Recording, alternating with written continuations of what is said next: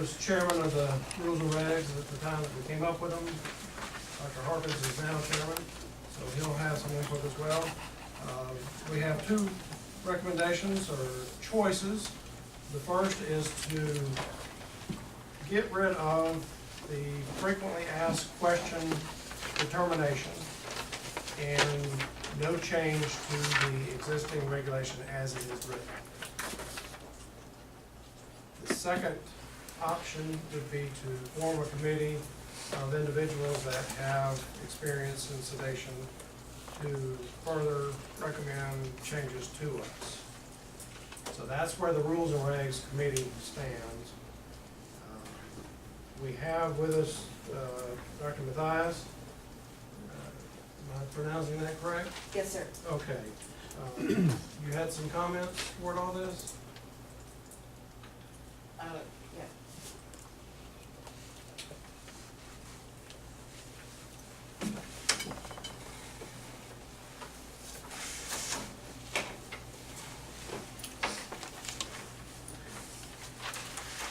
First of all, thank you for the opportunity to speak to you all. I'm very appreciative. And I'm going to speak about anesthesia safety and Regulation 29. My name is Hetty Matthias. I'm a graduate of Tufts University School of Medicine.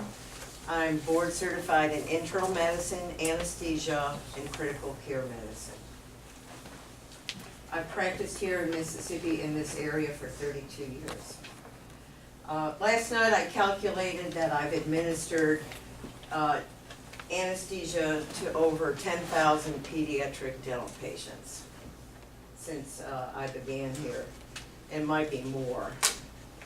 Over the years, more than half of my practice has been in pediatric anesthesia, dental anesthesia. I've not had a fatality, a major morbidity, or a hospitalization of any of my patients. Many of these patients have been class 3 patients that are referred to me from the university hospital who have congenital cardiac disease and major neurologic diseases. The majority of children in my anesthesia practice in dental anesthesia are Medicaid patients, probably upwards of 90%. Throughout these years, I've never been paid more than $60 an hour to administer anesthesia.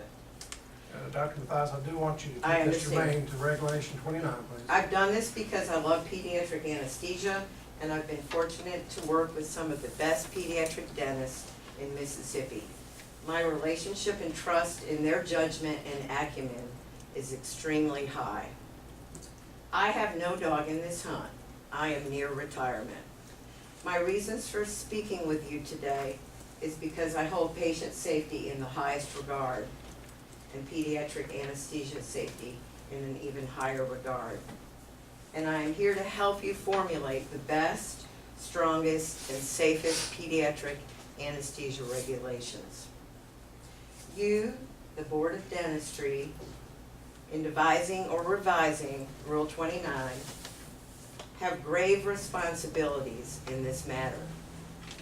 You, and only you, have the authority to ensure that Mississippi's pediatric patient population will undergo dental anesthesia in offices, if you choose to go that route, in only the safest manner. I have no inherent animosity towards the administration of general anesthesia in an office setting, providing that all safety measurements and measures are identical to those advised by the American Society of Anesthesia regarding the safe administration of anesthesia to pediatric patients. The place of anesthesia administration is unimportant. However, the standards of care for our most vulnerable patients must be exactly the same in an office, in a dental office, as they are in an ASC or hospital setting. In addition, anesthesiologists do not regard the route of administration of anesthesia to be important. To us, the depth of anesthesia is how we measure what anesthesia is. Light, moderate, and deep sedation to anesthesiologists describe the physiologic aspects of the patient and have nothing to do with the route of administration. It is very important for you to understand this, and perhaps it is time for the Board of Dentistry to discard this antiquated language regarding the route of administration. Here are the important decisions that you all have to ponder. And I hope that you ponder it with the help of the experts that are in this room today. And the issues that are most important to me are, one, the qualifications of anesthesiologists. I believe the minimum standard for any office anesthesiologist should be board certification or board eligibility in anesthesia. Y'all are gonna have to work out what a dental anesthesiologist is, as the board does not recognize that subspecialty. I submit that it should be 3 years of postdoc training. That is the minimum for a physician anesthesiologist. 2, transfer agreements. Ambulatory surgical centers are required to have transfer agreements to a nearby hospital in case of an emergency. A dental office providing general anesthesia should have the same requirements. This transfer agreement can be obtained with an anesthesiologist or dentist with privileges to a local hospital. The transfer agreement facilitates the rapid and safe transfer of patients to an adequate level of care in the treatment of emergencies. Reliance on calling 911 in an emergency will not provide patients with the highest level of care. 3, medical equipment. This is not exhaustive. You can all look at the letter and we can all argue, but the basic minimums are size, age appropriate positive pressure bag and mask, oxygen supplementation, capnography. Wait, let's not read the list. Okay, all right. Medications must include rescue agents such as naloxone and flumazenil for reversal, and there are listed other agents that are required for treatment of emergencies in pediatric patients. Dantrolene is a drug that is required to be used in case anesthesia gases are used, and that will be up to the anesthesia provider. If, however, they use anesthesia gases, dantrolene, a drug used to reverse the effects of malignant hyperthermia, need to be stored in the dentist's office, and it is expensive. Post-anesthesia recovery unit. Post-anesthesia recovery units must contain, and I listed all the things which are essentially almost the same as the operatory. Most importantly, post-anesthesia recovery units must have qualified nurses to monitor patients after deep sedation and general anesthesia. The adage is this: if the procedure is the same as performed in an ambulatory surgical center, the recovery process should be identical. Any notion that these patients can be monitored or discharged by anyone other than the anesthesiologist or a qualified nurse is fraught with danger. The patient cannot be recovered by office personnel. Even if a qualified nurse is working in a recovery room, there is still substantial danger in the event of an emergency, because unlike an ASC or hospital, there will probably be no other qualified medical personnel to assist him or her in case of an emergency in the recovery room. Some will make arguments that light anesthetics are used and that patients don't need the same level of recovery as in an ambulatory surgical center. I assure you that an anesthetic is an anesthetic and is unaware of where it's being administered. Nothing should allow the board to cut corners in the post-anesthesia recovery unit and have lower standards than are required in other settings for the same anesthetic. Pre-anesthetic evaluation, the American Society of Anesthesia says that a preoperative evaluation for outpatient should be done probably as long as possible before the anesthetic is scheduled. This requires that a trained nurse, at the very least, I make a telephone conversation with the patient, getting all the pertinent history for the parents, and that an anesthesiologist goes over the history prior to the administration of anesthesia. Also at I'm gonna this, ask you to hit your highlights, please. Sure. I can't, we've got that letter. We can- okay, controlled substances. The board is going to be required to, I suspect, have people on the board who are hired by the board to take care of controlled substances in the dental offices. Inspections are going to need to be done by the dental board to look at equipment and controlled substances. Malpractice insurance should be commensurate with malpractice insurance for any physician anesthesiologist doing anesthesia in the state of Mississippi. And also, I would like to make certain that the board not in any way preclude physician anesthesiologists from providing anesthesia in a dentist's office. And in conclusion, in closing, I want to thank you for your time. I appreciate the board is a voluntary and unpaid position, and that you give your time to ensure that you and you alone are the professionals who will decide on optimizing the highest standards for the children of this state, and that you have the responsibility to protect the public, and especially our children, from any unsafe practices of anesthesia. I would like to recommend that you put together a committee of experts in administration of anesthesia in the office setting, and then refer that to the board for consideration. Thank you. Thank you. Dr. Sumner. I'd like, if it's okay, for Dr. Nikki Vanzik with the Mississippi chapter of AAP to speak first, and then myself. Okay. Please do keep it It will be. relevant to Reg 29 and short. Thank you. My name is Alexa Ivanzik. I am the current chapter president of the Mississippi Academy, the American Academy of Pediatrics. I'm a board certified pediatrician here in the state, and I am here as representing the pediatricians in the state with my role as the president of the chapter. And I thank you guys for letting me attend today to speak on this issue as well. We as a academy have some concerns about the safety of children undergoing dental restoration care using general anesthesia in a clinic setting.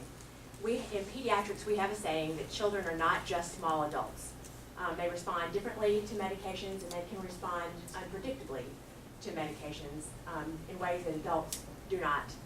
And so therefore they can't be treated like you would treat an adult. In the medical world, surgical procedures are not done under general anesthesia in the clinic setting. An example, ear, nose, and throat doctors do put tubes in adults in the office, but they don't in children because they have to anesthetize the children. And I, as a person who does neither tubes or dental work, would say that tubes are probably a easier procedure and a less time-consuming procedure than dental work is. And they take those kids to the operating room. In an emergency room, if a child comes in with a broken limb that needs to be surgically set, that doesn't require they be admitted to the hospital, they take those children to the operating room to sedate them. And in my own hospital in Tupelo, our anesthesiologists no longer sedate children for radiologic procedures because of concerns that they have about safety. And that's in the hospital setting. We are concerned as an academy about the appropriateness of the facilities and the equipment in these in-office procedures, making sure that all the practitioners involved, including the anesthesiologist and the dentist, and any support staff have the appropriate training and licensure that is required to do these procedures in the office. And we're also concerned about safe transport between a clinic and a hospital in the event that a bad outcome does occur. Although we prefer that the procedures should be done in an operating room or an outpatient surgical suite, we do realize that there are occasions where the procedures must be done within an office setting. And we realized that. And so we asked the board to look to the American Academy of Pediatrics and the American Academy of Pediatric Dentistry and their expertise in children for recommendations on these issues. I do know that my national organization, the American Academy of Pediatrics, is currently looking at recommendations and regulations for this, these procedures. The current Regulation 29 actually does a nice job of incorporating these recommendations from both the American Academy of Pediatrics and the American Academy of Pediatric Dentistry. And I would encourage you guys to continue to enforce the regulation consistently throughout the state for both anesthesia that's done in the operating room and anesthesia that's done in the office setting. Again, I thank you for your time, and I appreciate you letting me come and speak with you guys. And I know that you all, just like me, are just concerned about the safety and the well-being of our youngest and most vulnerable patients. So thank you very much. Dr. Sommer, you would like to say something? Thank you very much for letting me come and speak with you today. I appreciate your service, all of you. I'm Dr. Trice Sumner. I'm a board-certified pediatric dentist in Tupelo and president of the Mississippi Academy of Pediatric Dentistry. I'm here today speaking on behalf of our 60-plus pediatric dentists practicing in Mississippi. I want to make it clear that my remarks today on behalf of our membership are focused solely on pediatric patients and restorative dentists and the alarming increased use of deep sedation and general anesthesia in a dental office setting across our state. Pediatric dentists are the specialists trained to focus on the overall oral health of pediatric dental patients and have postdoctoral training and advanced education in pediatric dentistry in order to do so. Most of our members are board certified. As we and other pediatric specialists in medicine say all the time, children are not just tiny adults. They are uniquely vulnerable. This makes our members' input invaluable to crafting regulatory policy focused on pediatric dental patients. Our Academy membership represents 96% of the pediatric dentists practicing pediatric dentistry in Mississippi. None of the members of Mississippi Academy of Pediatric Dentistry provides general anesthesia in an office setting. We are the specialists trained to focus on the unique needs of pediatric dental patients, and none of us do this. We know pediatric dental patients better than anyone. I would like to repeat something you've already heard, and I'm sure you know. No other surgical medical procedure, even those far less involved and invasive, are performed on pediatric patients with deep sedations in an office setting. For years, Mississippi's dental regulations, specifically Rule 29, seem to effectively address child safety by ensuring that deep sedation occurred in office settings rarely and only when the operating dentist, not the anesthesiologist, but the operating dentist had a permit commensurate with the level of anesthesiology being administered, and thus the training to qualify for such a permit. Clearly, something in relatively recent history changed with the board's interpretation of those rules. However, when several of us wrote to you and asked what happened, when, why, and how did this change occur, we have been met with silence. I must tell you, I feel that the lack of open discussion on this safety concern is counterproductive to our profession as a whole, as we should all be working together to protect our patients. So I come to you and ask for your transparency and ask that we begin to work together. At a minimum, the Mississippi Academy of Pediatric Dentistry strongly urges this board to immediately return to the original interpretation of Rule 29 as it was written and intended, and enforce the portion requiring the operating dentist to have a permit commensurate with the level of anesthesia being administered, at least until further clarifications and revisions or a new regulation can be offered that speaks specifically to the restorative dentistry on pediatric patients in a dental office. Further, if the Mississippi State Dental Board and Mississippi licensed dentist wishes to recognize dental anesthesiologists in our state, our academy believes the first step is to seek legislative authority recognizing that practice and produce a process of vetting for these individuals, since they are not recognized nationally as a specialty and are not currently able to obtain hospital privileges in Mississippi where they are practicing itinerantly. From my reading of the current reg, it seems the intent of requiring the anesthesia providers to be on staff at a Mississippi hospital is a method of vetting these MD anesthesiologists and CRNA credentials. Our members also feel there needs to be a clarification of which regulatory body should have oversight of these providers, since at this time there is no one qualified in dentistry in the state of Mississippi to do so. We believe that when it comes to restorative dentistry on pediatric patients, the board should rely on our expertise at least as much as the board relies on an out-of-state provider whose specialty isn't recognized by the ADA or Mississippi state law. And lastly, we would again respectfully request that this board establish an advisory task force to examine how to appropriately establish specific guidelines for the use of general anesthesia for pediatric patients undergoing restorative procedures.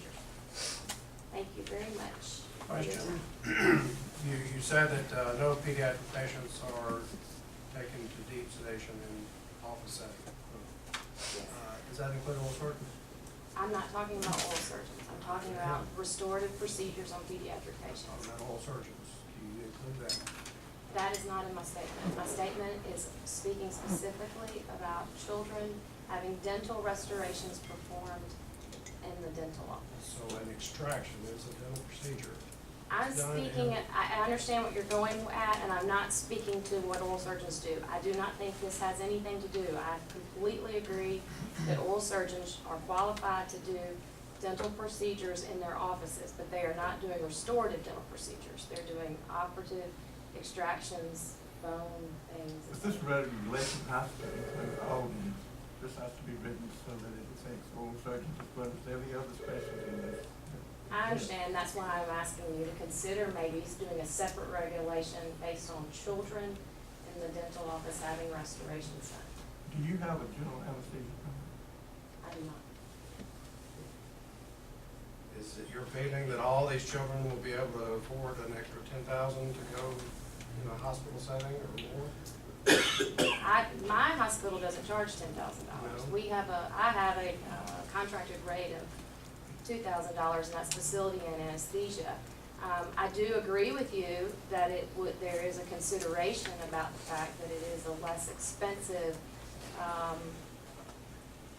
for those who have no medical coverage for dental procedures in a hospital, but it's not the safest.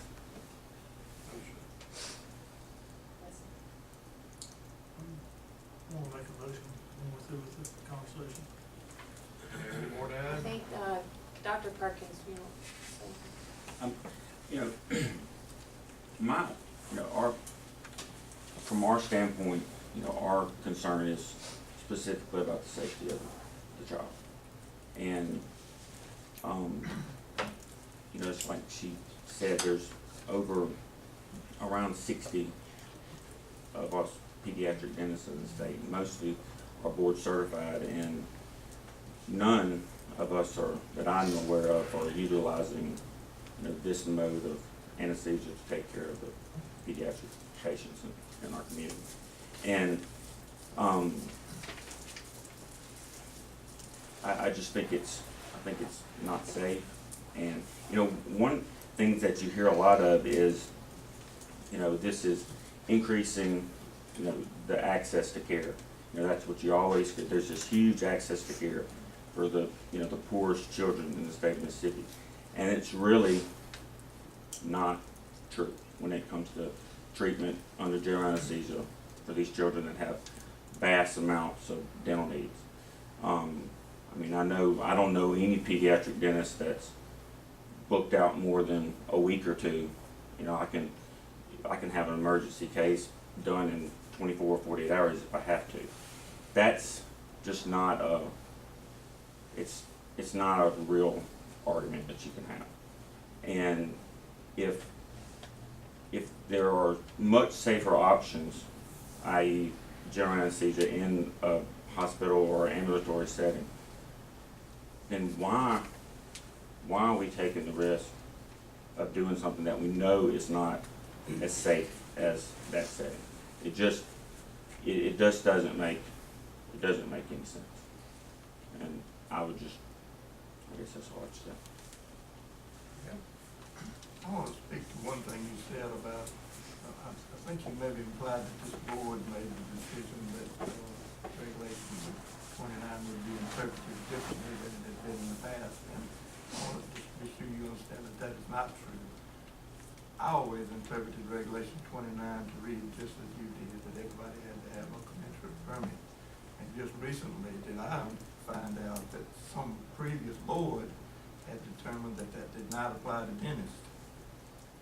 So that You're wasn't this talking board. about the general anesthesia permit? Okay, regulation 29, as is written, says that if somebody's gonna come in your office and administer any level of anesthesia, that both the operating dentist and the one delivering the anesthesia has to have comparable permits. That's the way I read it. That's the way I read it too. Now, some board at some point in the past has applied a interpretation that that did not apply to other dentists. So other dentists could come in the office and deliver some level of anesthesia to which the operator did not have. So you're saying that the regulation as it's written, where it says anesthesia or CRNAs, the operating dentist is required to have a general anesthesia permit, doesn't apply to a dentist applying, giving anesthesia? That is correct. That is the way some previous board has interpreted that. Okay, well, it doesn't read that way. That's not argue with me, because I agree with you. I'm just telling you, it wasn't this board that did that. That was some previous board made that determination that that regulation did not apply to dentists. Okay, so I wasn't really implying anything other than, I know that the practice is happening, that there are operating dentists that are performing these procedures in clinics and dental offices, and they do not have general anesthesia permits. I know that to be factual. That's And so correct. my point is that I would like it to be enforced as written until we can come to a better solution. Yes, ma'am, I agree. I think the confusion comes in with the frequently asked questions. And that's when it says that dentists can't hire another dentist to come in and do that. And we need to clarify that or eliminate that verbiage that gives dentists the latitude. In other words, I agree with Zelton that we need that, everybody needs to have the same level of training and permit that is being administered in our office. I'd like to make a motion. They were sent, I don't have the date on it, I'm looking at it, they were sent that frequently asked question, and I'll read it if you don't want to, but There's two of them. rescind it. And go to the intent of the regulation, as you read it on 2D2, it says prior to employing or working in conjunction with an anesthesiologist. And I'm gonna skip down to this. The dentist must possess a current valid board-issued anesthesia permit, which is commensurate to the level of anesthesia being administered by the anesthesiologist. That's simple. I don't know why this was done years ago, but we need to do away with it, and we need to abide by what the regulation says. Have a motion. That's my motion. I second the motion. And the motion is to keep the regulation As is. I mean, to me, the regulation is very simple and plain and straightforward. I don't understand why this board years ago made this determination. I wasn't there, but I'm reading it totally different now, that's for sure.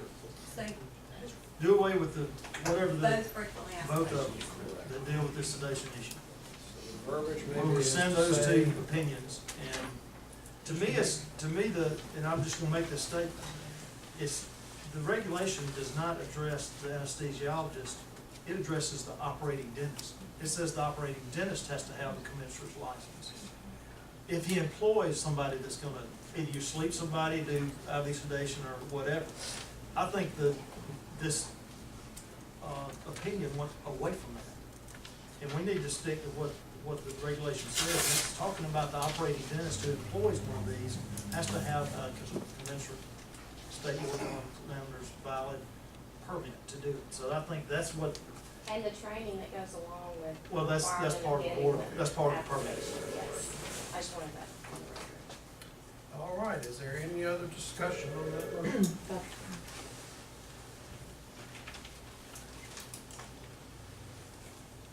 Okay, so what about, the question is, what about the people who are currently in violation since the complaint was made? They are not in violation as of right now, based on the frequently asked question. We are making the determination today. Stan, how long would it be before it's in The effect? frequently asked question is not a rule or regulation, it's an interpretation. Those can be withdrawn at any time. So it'd be effective immediately. So you're not changing the regulation. Correct. You're not. You're just removing what is obviously an ambiguous and confusing response to frequently asked questions. Right, but they're operating dentists who do not have general anesthesia permits. Well, the problem is, we don't know that until somebody complains and give us a complaint to go there and investigate. Dr. Ken Johnson sent a complaint, Correct. sent We 3 didn't have letters. At the time- specifics of, Well, at the time, that At was the okay. time, that was not a violation. We've not rescinded until we're talking about it Today, now. okay, so we. Up until now, it's been okay. Can I add to my motion? We haven't voted on it yet. All right, can we, also send a letter out from the State Board of Government Examiners with this, restating the resolution, regulation 29 to all dentists in the state of Mississippi. All dentists or all sedation providers? or All dentists in the state of I Mississippi. think we got that thing that, we sent them out, last thing. that flash it out, right, what, Kara can handle that easily. Okay, any further discussion? I would also like to, make a motion to amend the. I want to add one thing before we vote on that. Sure. I kind of sense maybe a little bit of, among some of that dental anesthesiologist may not be highly qualified individuals. And although I agree with how we get ready to vote on Regulation 25, dental anesthesiologists, from what I've been able to research, are pretty highly qualified individuals. And the fact that they don't have a specialty recognition right now may be more political than anything else. They sued certain states and got specialty recognition. And, they are highly qualified, and if they operate within the constraints, I consider them to be the same level of MD, anesthesiologist, or whoever is qualified to administer anesthesia. And we may have to deal with that at some point in the future. But still, I think we're making the right decision heading in this direction. I agree with you, I just have one thing to say about that. As our Practice Act and dentistry defines states, there's nothing in there that talks about a dentist that is only giving pharmacological aids as an anesthesiologist would. And so dentistry defined does not address a dentist anesthesiologist who is not performing any sort of operative or surgical procedure. And so I feel like that if we're all gonna be, if there's gonna be any oversight ability to this particular process, which I think we all agree, as far as anything that we do, we've got to have oversight of what we're doing. That's the whole point. And I just truly believe that it needs to be at least thought about and addressed. I'm not saying the people that are providing this are not qualified. I believe that you are right, that they are. The You reason did they don't imply have. in your letter, I implied you did what? imply that they were not.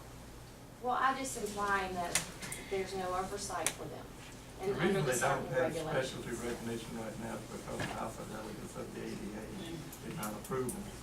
The new regulatory agency of the ADA that's gonna establish these specialties are, I'm almost 100% sure it's gonna approve dental anesthesia as a new dental specialty. And so then we will, as a state of Mississippi, then we will It'll add still them be up to to our the dental state to practice act recognize as whether a that holds true, but they will have specialty recognition, in my opinion, sure. Call the question. Dr. Mathias, you had a comment? I just want to ask the board at this time, when a person who does not live in this state gets a license in this state and calls themselves a dental anesthesiologist, when you are credentialing that person, what are your requirements? Okay, we're not talking about that, that's not committee for this. I think Question's it's been very called. important. Question's been We got called. a question, Call for the Call the question. question. Call for the question. okay, all in favor of, the motion to call the question? Opposed?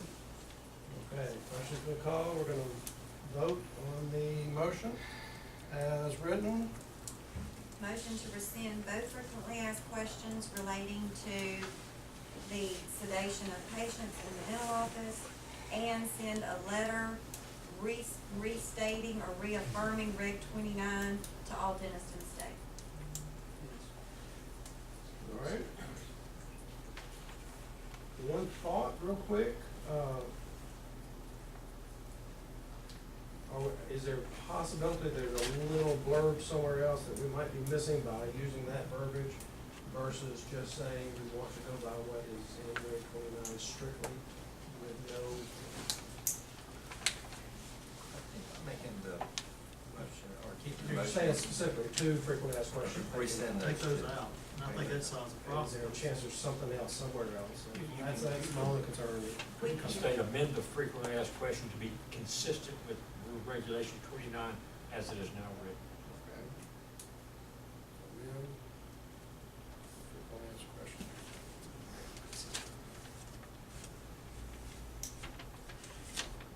All right, all in favor? Aye. Opposed? Unanimous. Thank you. I would like to make a point that the next frequently asked question just asks if a CRNA or an anesthesiologist states my patient for me in the dental office, what kind of training must I have? And that answer is correct, and that follows Regulation 29. I would just say any anesthesiologist, or reword that to include either the dental anesthesiologist along with the CRNA and the MD anesthesiologist. Is there a motion? I would make that motion, yes. To All right. clarify that. We're talking about frequently asked questions, comment, I don't know if we can pull that up, or it states, That's if a CRNA or an anesthesiologist sedates my patients for me in my dental office, what kind of training must I have? Changing that sentence to say, if an anesthesiologist sedates my patients, do we leave it at that? Or is there other verbiage? a qualified, licensed, qualified person with an anesthesiologist license from, board. In other words, All right, let's look. well, that's, What are you asking? an MD and a CRNA. What if you just added dental or medical anesthesiologist or? Or the dental This is a anesthesiologist. frequently asked question, it's not regulation. It's not a regulation, it's just to clarify.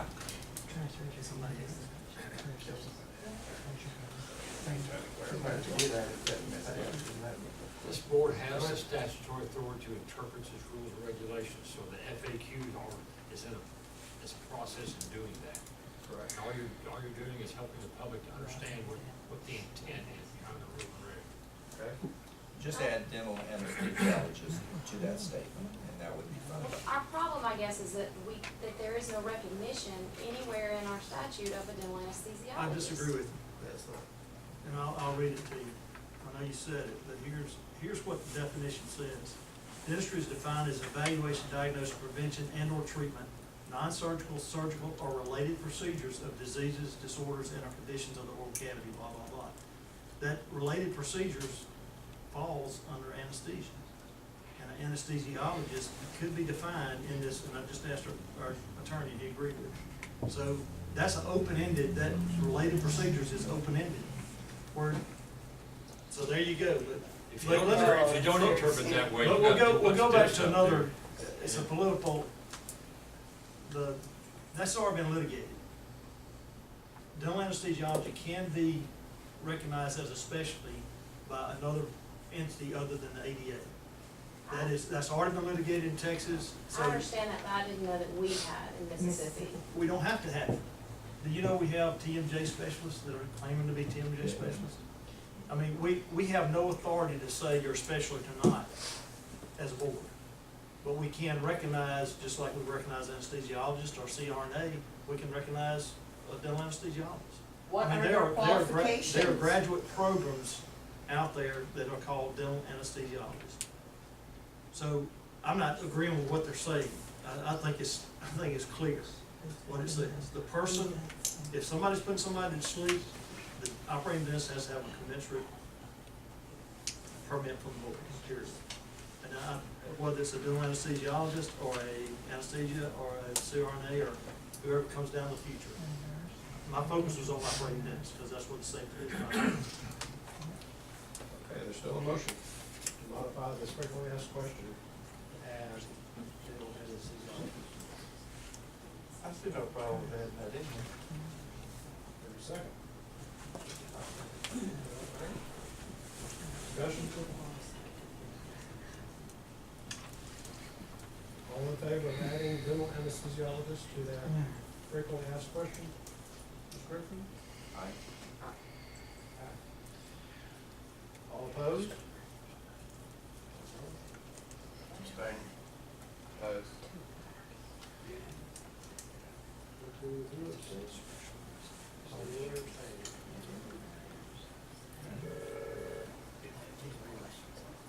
Can all the yeses please show the raise of hands?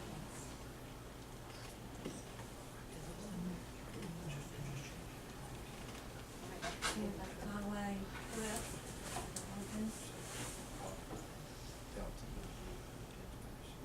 Moore? Dr. Donald? No.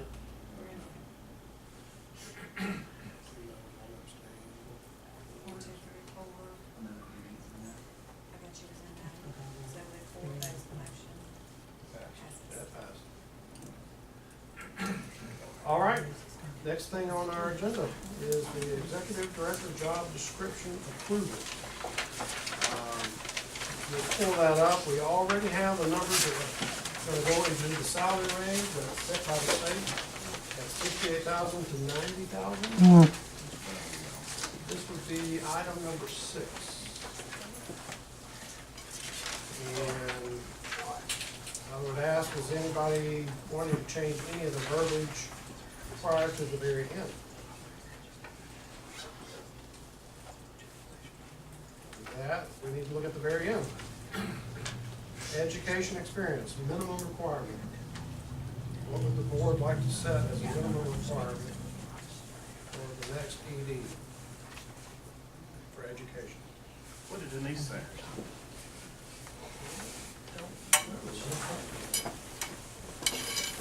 I would say that we don't want to hamstring ourselves in that and say that you've got to have a PhD. Then we, masters, then we have a master's, but then we get a field who might be maybe. You might have somebody with 20 years of experience that's really qualified, but not have that education. That's a consideration. I don't think necessarily a master's degree is required, executive director here.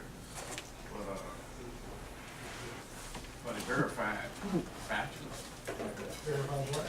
bachelor's degree, Bachelor's degree? verified.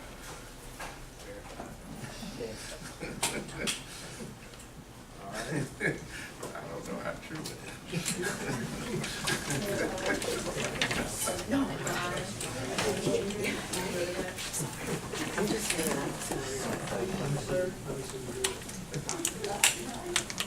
Stan? I've been known to nudge the board member from time to time.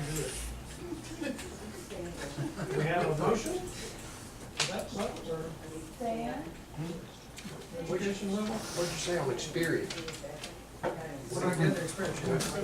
We're doing only education. We're doing one at a time. But I'm concerned that we might find somebody that's really, really experienced that may not meet the education level if we set it too high. is. And vice versa. I'm talking about a minimum. In your verbiage, couldn't you put the word should have and? Instead of must.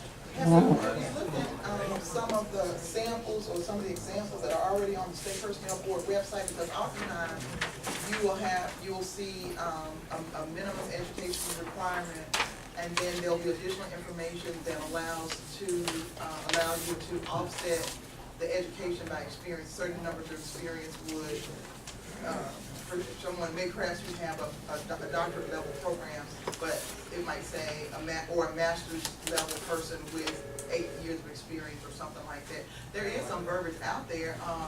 If you'd like for us to take a look at it, maybe circulate it to you, instead of trying to craft it on the spot, I think you're gonna, but there is some My concern is on getting this out. Yeah, I We'll start understand. advertising as soon as possible. Okay. That's the delay if we don't have another board meeting for another month. Well, if y'all wanna just talk about it, figure out kind of generally what you want, and then we can nail down the language and circulate it. And if we need to, we can do a telephonic conference. Okay, and what you're saying is great. Maybe use what she suggested right there. What would be the education level that we're saying, What do you look at? bachelor's? Do you want a dentist? Yeah, that's All all right, right. bachelor's, Okay, well, I'm kind of open to it. I'm waiting to get through. and then experience, how much? 5, 10, what are you talking about? Whatever the experience is. More table, what type of person it is. Okay, so our experience was, we need to look at people that have management experience. Experience with regulatory. It's a whole different thing, that may narrow that They field narrow it down. down.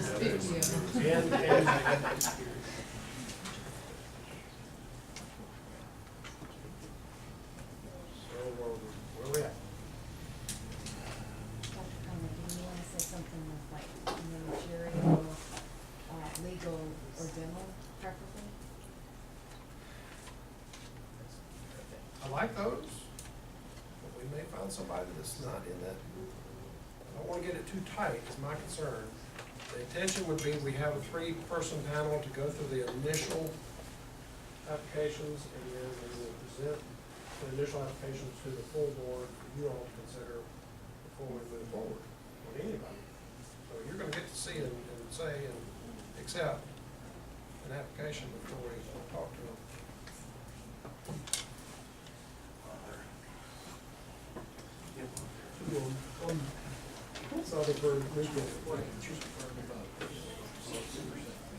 All right.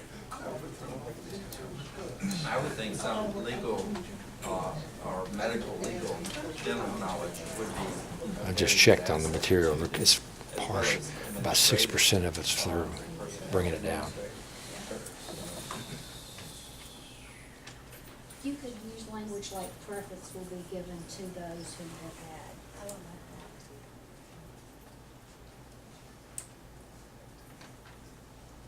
that. Okay, here we have it, Dr. Fisher.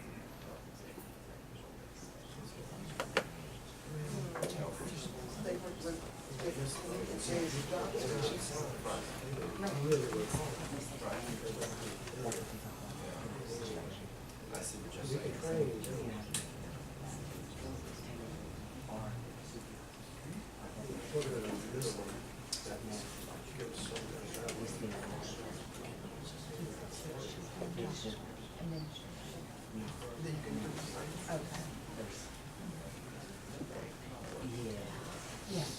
All right, we still don't have experience.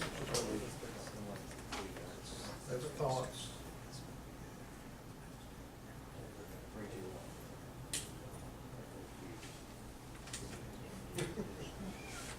Looking for y'all.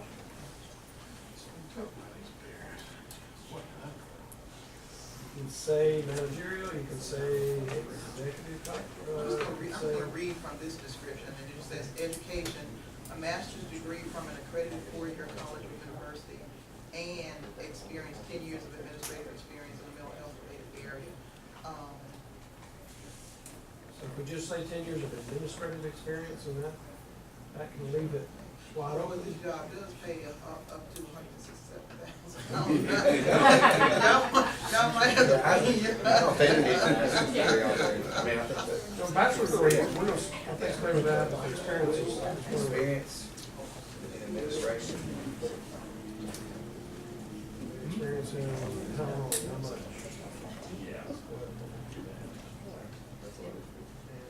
Administrative experience. Very, very wrong. I think we can be sort of liberal here, and then we can always find out if we can. Get a big tool.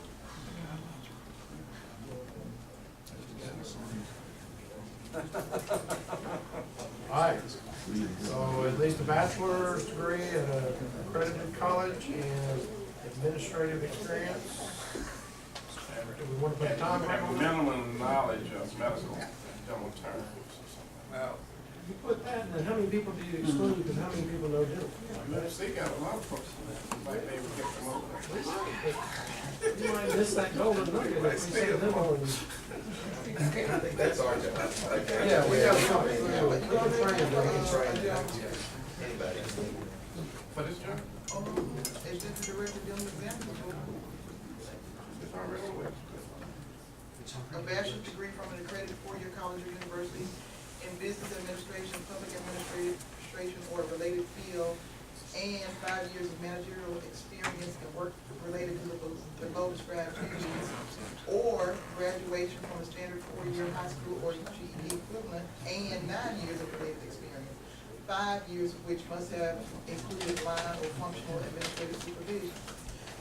Substitution statement, above graduation from a four-year high school or equivalent GED program and related experience may be substituted on an equal basis for education, and related education may be substituted on an equal basis for experience.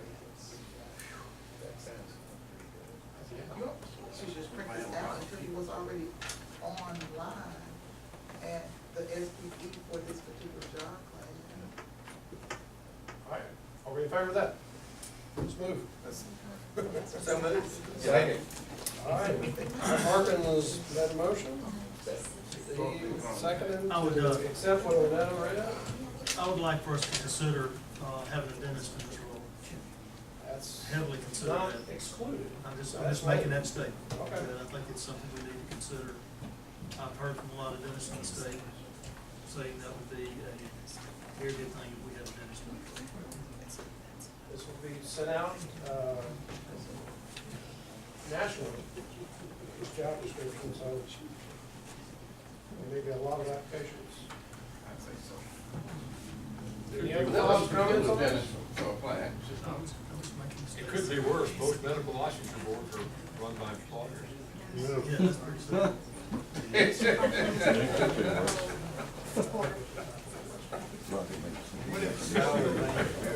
$68, $90, Run by $70. I don't know, it's tough. All right, we've approved that. Moving on to item number 7, board policy on handbook and NBP manual. Mark, is this a, short topic? It's very short, very short. Go ahead. I visited with Lisa Dunn with the Department of Finance and Physical Management, talked about policy and procedures. She recommended that on an interim, we accept the MAP manual and the state employee handbook for the personnel board as interim policy, knowing that we're gonna be doing a lot of adjustments over the next 3 to 6 months related to this policy. And some of the things that I think, that I've made a list of things that we would need to consider. We talked about maybe a budget oversight committee and how that's operational and that kind of thing. We need to write, if we're gonna do that, we need to write duties and responsibilities for that group and that kind of thing. We need to have a travel policy that's specific to our board, that's not outside of state regs. We need to have, we were talking about procurement cards in our budget meeting. We'll have to have some policies related to that. If we get involved in the fleet versus rental or owning a car, we'll have to have policies on, if we go there, we'll have to have policies on how to use it that's specific to our situation. Because of our, and I asked the question to Lisa Dunn related to the, one of the things we got dinged on in audit was how we handle money. And basically she said you can't go outside of what the regs are and the laws, but you can make a policy specific to our, like, number of employees and how we handle inside the internal portion of it. I just brought some stuff up, talked to another via email about the per diem, and we actually have a law, it's 25-369, that specifically addresses per diem and how we use it for our own business. But Lisa did say, just because we worked on an hour of our time, doesn't mean we have to pay ourselves an hour for the whole per diem. So that's something we can formulate as a board. It could be less than that, or it could be that. It's just according to what we decided to do. So, Stephen's on this little subcommittee with me, and we're gonna get together and start pulling these things together and bring it to you piecemeal as we go down this path. And also, DFA's good at it, but you heard her say they will not write them for us. But Denise has told me that she can help us write them, specifically write it out. She's been with enough boards and has, so we may get to a point where we're asked for some more funding to hire her to help us do some writing in that area. So it's a lot of work to be done moving forward, but, I just want to kind of give y'all a quick update of where we're going. So it is your recommendation that we adopt what's already out there and then later amend it? Yeah, well, we're gonna, that's always, because we're a state agency, we have to have that. We can't go outside of this. It's what I'm gonna bring forth in the future, is adoption of policy specific to our agency that is not out, it may be in here, but it's gonna be specific to our agency. We can't go against what we're adopting They today. already have this then? Well, she said we need to adopt it as interim policy. So that's why I recommend that we do adopt these two manuals as interim policy. Interim. Yes, Is there a motion? I'll make it. I'll second. Mark and all right, discussion? If I understand, we're accepting these as a temporary or interim guideline, but we're gonna update the policy as we go, because there's a lot. Tackle it all today. All right? All in favor? Aye. Opposed? So moved. Let's go ahead and look at the NDEAF meeting, Roy and Delta.